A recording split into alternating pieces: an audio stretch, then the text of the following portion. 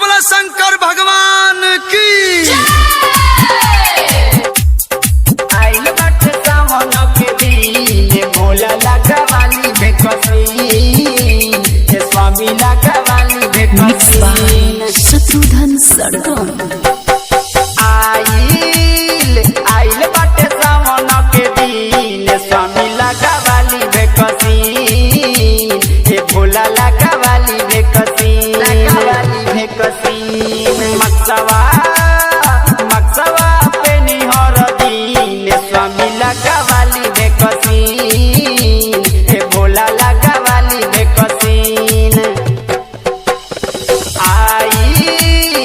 आइल बाटे सावन के दिन भोला लगवाली बेकसीन हे स्वामी लगवाली बेकसीन आइल बाटे सावन के दिन भोला लगवाली बेकसीन हे स्वामी लगवाली बेकसीन सरगम रिकॉर्डिंग स्टूडियो रसीदपुर गढ़सा। आइल बाटे सावन के दिन भोला लगवाली बेकसीन हे स्वामी लगवाली बेकसीन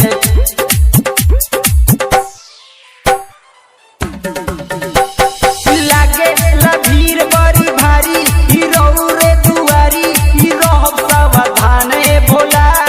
बावे ई डेंजर बीमारी ई फैलल महामारी चले जाता जाने भोला लागे भीड़ बड़ी भारी हीरो रे दुआरी हीरो सावधान ए भोला बावे ई डेंजर बीमारी फैलल महामारी चले जाता जाने बोला रहे के महीना बावे तीन स्वामी लगवाली बेकसीन ये भोला लगवाली बेकसीन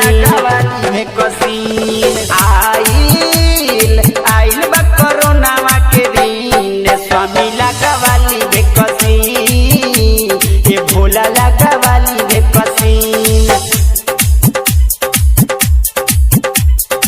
आइल बाटे सावन के दिन भोला लगवाली बेकसीन हे स्वामी लगवाली बेकसीन